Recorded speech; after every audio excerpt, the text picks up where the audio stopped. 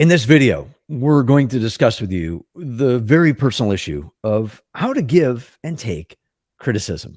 When you are being criticized, it doesn't always feel good. And depending on who is seemingly attacking you with their sometimes stinging criticism, it hurts and it's not much fun. That's why Troy and I need to share with you the idea that taking criticism is part of a game. But unfortunately, it doesn't have the clearest of rules all the time. And even worse, some people like to violate any resemblance to the rules of the game. Troy, am I right or wrong on this? Well, by calling it a game, we don't want to trivialize criticism. It's important, and it can have serious ramifications on your ability to improve your performance and increase your take-home pay. But it's not always life and death. Not always, unless you're throwing that second grenade. Right. But you are right in saying treating it like a game and knowing the rules can help you navigate that critical conversation so that both parties get a quick win. Remember, without criticism and radical candor, it's harder to grow and improve. Even though you may be more interested in how to deal with taking criticism, it's always a good idea to know what your opponent may be trying to accomplish, whether it's right or wrong, good or bad. Let's call this game Know Thy Enemy and start dealing with criticism in an entirely new way with the 7 rules of how to play the game. Here's the first rule of criticism. Number 1, constructive criticism.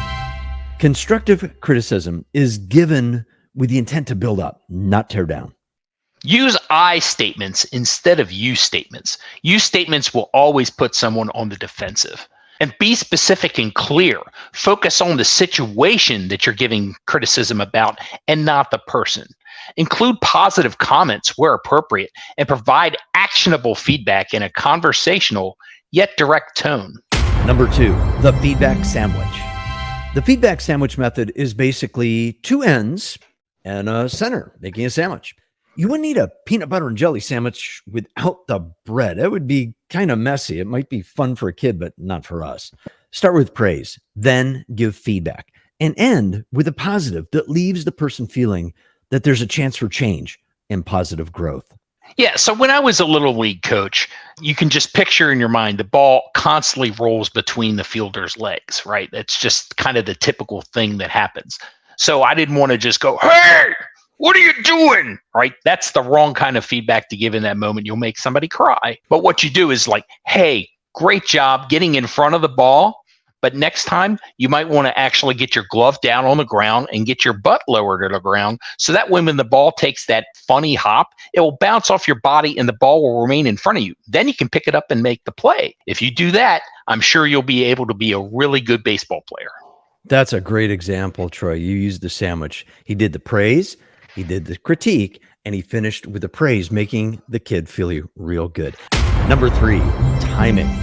When you have to critique someone, don't just shoot out of your office, grab them in the hallway and say, "Hey, come on in here," when it's 3:00 on a Friday afternoon. That will create extreme fear and panic that something is not good.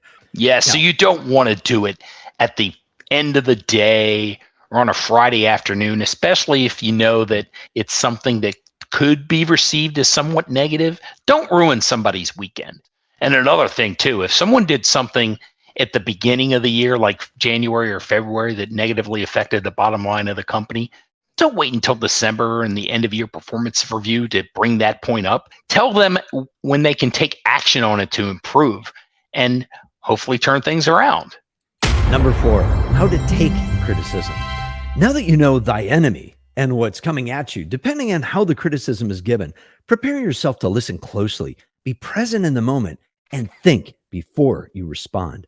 Focus on your breathing and try to smile to keep calm. Not a big smile, just a subtle smile. Maintain good posture, sit up straight, and try to hold eye contact the best you can. Be mindful that your facial expressions and your body language will also tell the other person what you're thinking, and that possibly could add to the aggression of that person critiquing you, as they might sense you're about to get very defensive. And as you listen intently, look for truths within the constructive criticism and make plans to address your behavior or work as you prepare to respond, if you are given the chance. Number 5, how to respond to criticism. This is where knowing a few rules of how to play the game can be used for your benefit. First, don't be defensive. even if the criticism doesn't apply to your situation. The second thing is take personal accountability. This is an opportunity for you to get information that can help you grow. This is basically the inside scoop of what it takes for you to go from A to Z to be from maybe not successful to being successful. The third thing is ask for advice and support. If you're not sure how to do the job and you're being critiqued on that, say, well, can I get some further training on that? It would really help out and I can help out our company a lot better. That's a Right. really good idea. Also, stay professional and thank the person at the end without sarcasm in a very genuine way. You can also just say, yes, sir, yes, ma'am, and fix the problem. So the bottom line is you want to gratefully and gracefully accept the criticism, knowing that it may be just what you need to overcome a problem, challenge, or issue that you know that you're having problems with. In short, kill them with kindness. Number 6, how to walk away without damage. There are actually two parts to this: the immediate impact and the long-term takeaway. If someone is constantly criticizing you, it says more about them and their insecurities than it does about you.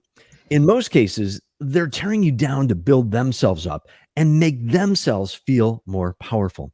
If you thank them for the feedback and don't let it bother you, chances are they will find somebody else to criticize, but at least you're off the hook.